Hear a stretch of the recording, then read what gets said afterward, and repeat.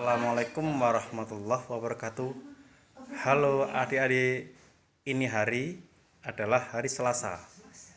Kalian ada tugas yaitu memperhatikan video di samping ini. Pelajaran matematika tentang pengukuran sudut. Silakan diperhatikan video berikut ini. Silakan perhatikan materi berikut ini. Ini adalah materi tentang jenis-jenis sudut. Ada 4 jenis sudut berdasarkan besar sudutnya. Yang pertama adalah sudut lancip. Ini adalah gambar dari sudut lancip. Sudut lancip yaitu sudut yang besarnya antara 0 dan 90 derajat. Berarti mulai dari 1 derajat sampai dengan 89 derajat. Yang penting tidak lebih dari 90 dan tidak kurang dari 0. Kemudian yang kedua adalah sudut siku-siku. Sudut siku-siku yaitu sudut yang besarnya tepat 90 derajat. Biasanya ditandai dengan tanda siku-siku atau seperti huruf L. Ini artinya adalah sudut siku-siku. Ini adalah gambarnya, kemudian ini adalah sudutnya. Nah, ini adalah sudut siku-siku. Yang ketiga adalah sudut tumpul. Ini sudut tumpul ya, yaitu sudut yang besarnya antara 90 derajat sampai dengan 180 derajat. Artinya mulai dari 91 sampai dengan 179 derajat. Yang penting kurang dari 80 derajat dan di atas 90 derajat. Karena apabila masuk 180 derajat maka dia termasuk sudut lurus, yaitu sudut yang besarnya tepat 180 derajat. Gambarnya seperti ini. Jadi ini bisa diberi 180 derajat. Kemudian ini adalah ya, kurang dari 180 derajat. Kemudian ini pas yaitu 90 derajat, dan ini adalah kurang dari 90 derajat.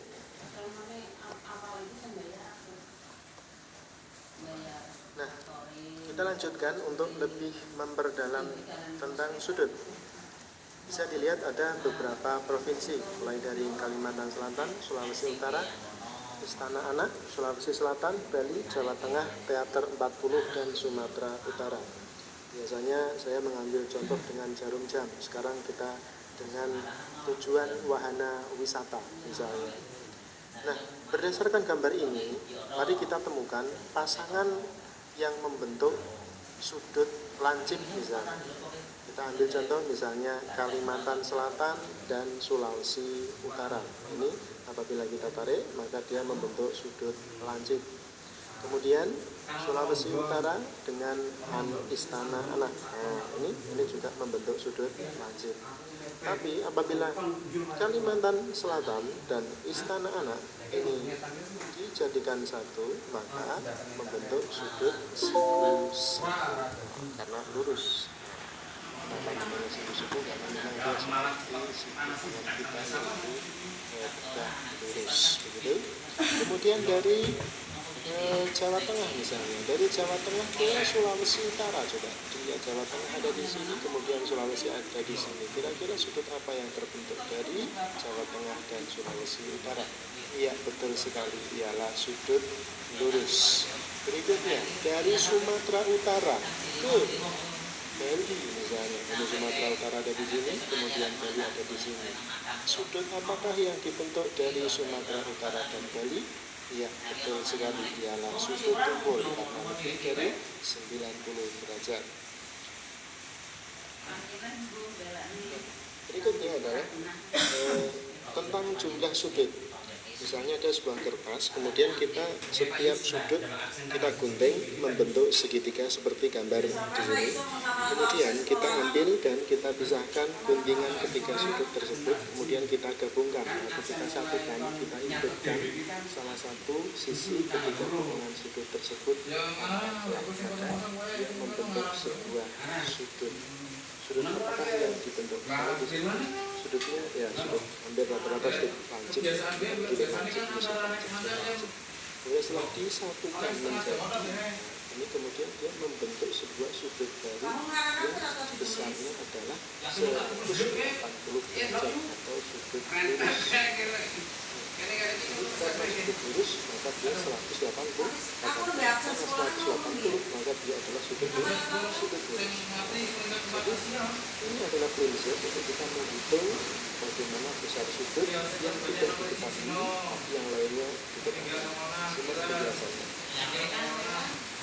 Ini kita langsung ke soal. Jadi soalnya biasanya yang keluar adalah seperti ini. Tentukan besar sudut yang belum diketahui pada segitiga berikut ini. Kita ambil contoh misalnya yang A, kan? Nah yang A ini ada segitiga ABC. Sudut A diketahui berapa? 95, ya kan? Kemudian sudut B diketahui berapa? 30, ya kan? Derajat. Nah kemudian ditanyakan sudut B. Kenapa ditanyakan sudut B? Karena sudut B nya masih kosong, makanya ditanyakan. Nah kalau kita sudah paham materi yang tadi bahwa jumlah keseluruhan sudut pada segitiga adalah 180 dan sudah ada A95 kemudian C30, maka berapakah B? Iya, gampang sekali. Caranya adalah 180 dikurangi apa? Dikurangi ini dan ini, dikurangi 95 dan dikurangi lagi juga 30. Coba tebak berapa jawabannya. Nah, masih ingat kan cara pengurangan kan? Nah, kita korek-korek ya. Jadi yang belum bisa pengurangan itu diperhatikan. Nah, ini 180 dikurangi 95 materi kelas 2 ya.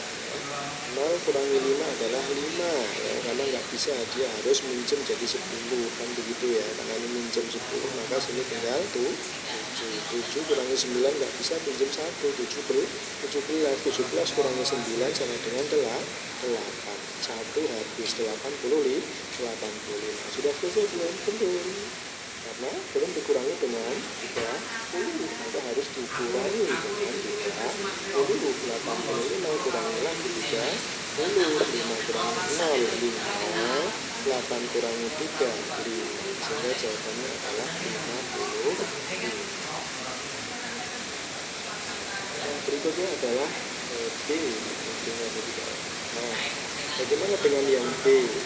Yang B juga sama, ada segitiga K, L, dan M. Sudut K 20, sudut L adalah 35, maka ditanyakan sudut M.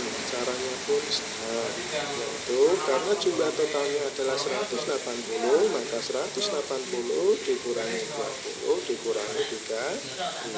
Berapa 180 kurangi 20? 160 kurangi 35 berapa jawabannya? 0 kurangi 5 5 ya, tinggal 5 kurangi 3 5 kurangi 3 3, kemudian itu jawabannya 150. Yang C juga sama, ada 100 ada 30, berarti sudah 130. Kalau totalnya 180 maka 180 kurangi 130 sama dengan berapa? 50. Maka kita dikit adalah 50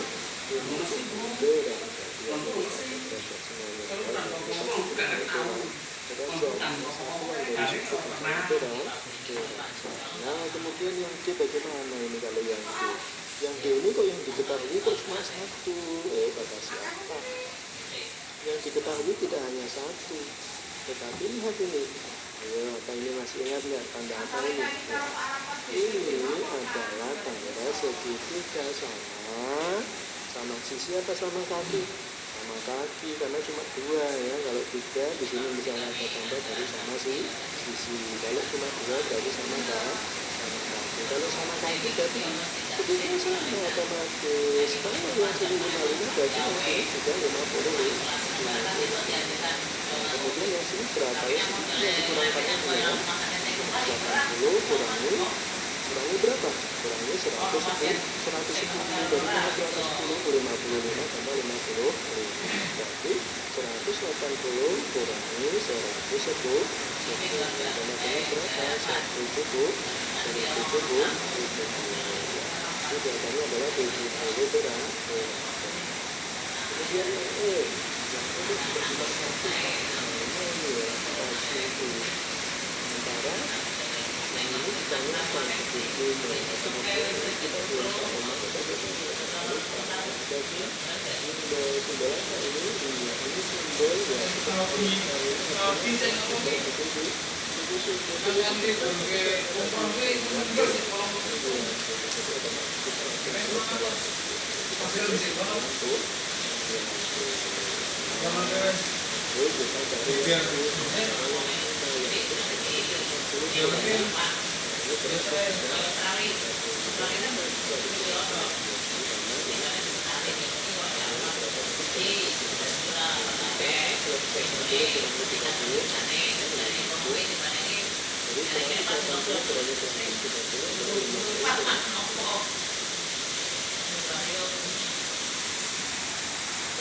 selanjutnya yaitu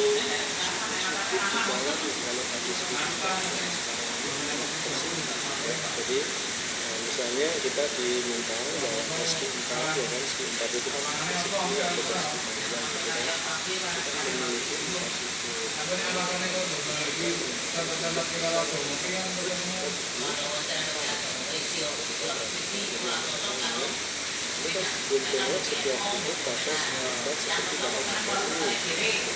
ambil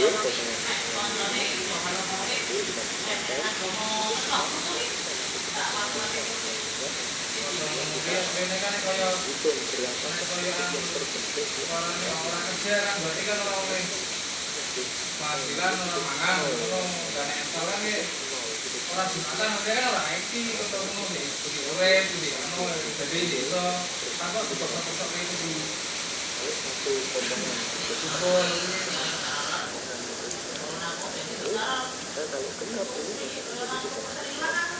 kalau genap ini artinya harusnya bahwa itu memiliki sudut total yang dipakai dengan dibuat ya oleh satu ya